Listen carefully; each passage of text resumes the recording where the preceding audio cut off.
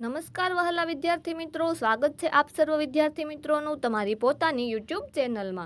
આજે આપણે ધોરણ 4 હિન્દી વિષયના દ્વિતીય સત્રાંત પરીક્ષા એટલે કે વાર્ષિક પરીક્ષાનું સંપૂર્ણ સોલ્યુશન મેળવીશું। આપણી આ ચેનલમાં ધોરણ 4 હિન્દી વિષયના દ્વિતીય સત્રાંત પરીક્ષાના દરેક પેપરના સોલ્યુશન મૂકી દીધેલ છે। તેની લિંક ડિસ્ક્રિપ્શન બોક્સમાં આપી દીધી છે। હવે જોઈએ પ્રશ્ન 1 चित्र पहचान कर हिंदी में नाम लिखिए। तो तमने बे चित्र आपेला छे, पेलू छे कारनु अने बीजू छे सफरजननु। तो हिंदी में लखवानुं रहेशे, पेलू छे मोटर कार अने बीजू छे सेब। त्रीजू चित्र छे ससलानु अने चौथुं छे वांदरानु। तो हिंदी में लखवानुं रहेशे खरगोश एंड बंदर। पांचमुं चित्र छे कोबीनु अने छठ्ठुं छे चमचीनु। तो हिंदी में लखवानुं रहेशे कोबीने गोबीज अने चमचीने लखवानुं रहेशे हिंदी में चम्मच।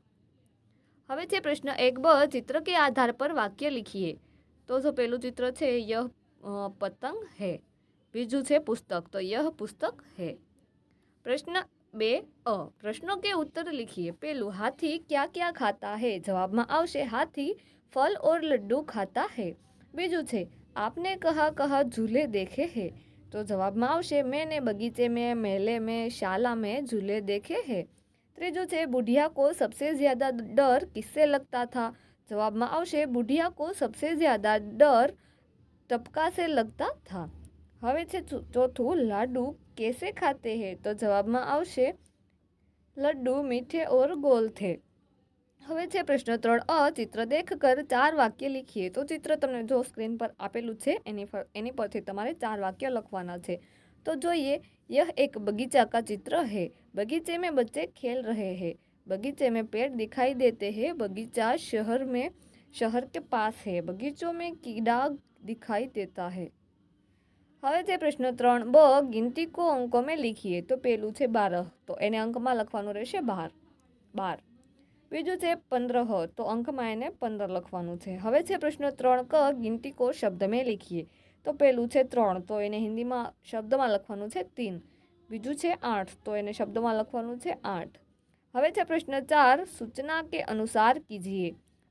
शब्दों का अर्थ देखकर वाक्य में प्रयोग कीजिए। पहलो शब्द छे परेशान, तो वाक्य बनशे ज्यादा गर्मी होने से मैं परेशान हो गया। बीजू छे झंझुलना एटले के क्रोधित होना, वाक्य बनशे अच्छे मार्क्स न आने पर सुरेश का पिता झंझुलता है। हवे छे विद्यार्थी शब्द देखकर वाक्य में प्रयोग कीजिए। विरुद्धार्थी शब्द देखकर वाक्य में प्रयोग कीजिए। पहलू आज तो कल, तो एनु वाक्य बनशे कल मेरे चाचा घर आए थे। बीजू छे हंसना तो रोना, तो वाक्य बनशे छोटे बच्चे को रोना आया। हवे छे लिंग परिवर्तन करके वाक्य फिर से लिखिए। पहलू बच्चा खेल रहा है, तो लिंग परिवर्तन थशे, वाक्य बनशे बच्ची खेल रही है। बीजू छे घोड़ा दौड़ रहा है, तो लिंग परिवर्तन करीने वाक्य बनशे घोड़ी दौड़ रही है।